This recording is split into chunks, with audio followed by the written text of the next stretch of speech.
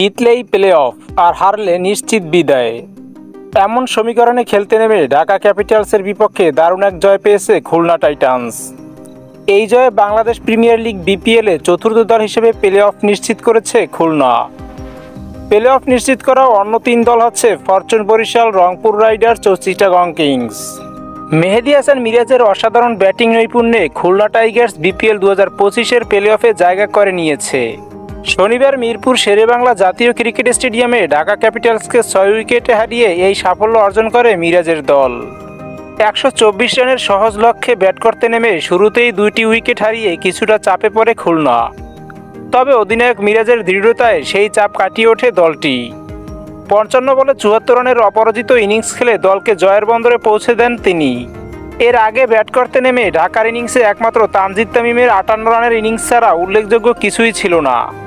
খুলনার বোলারদের মধ্যে হাসান মাহমুদ ও উইল বশিষ্ঠ 2টি করে উইকেট শিকার করেন।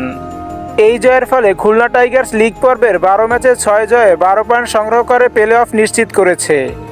নেট রান রেটে দুর্বার রাজশাহীকে পেছনে ফেলে পয়েন্ট টেবিলের 4র্থ স্থানে উঠে এসেছে মিরাজের দল। মেহেদী হাসান মিরাজের এই অসাধারণ ইনিংস দলকে আত্মবিশ্বাস জুগিয়েছে, যা টুর্নামেন্টের গুরুত্বপূর্ণ পর্বে তাদের জন্য অত্যন্ত মূল্যবান হতে পারে।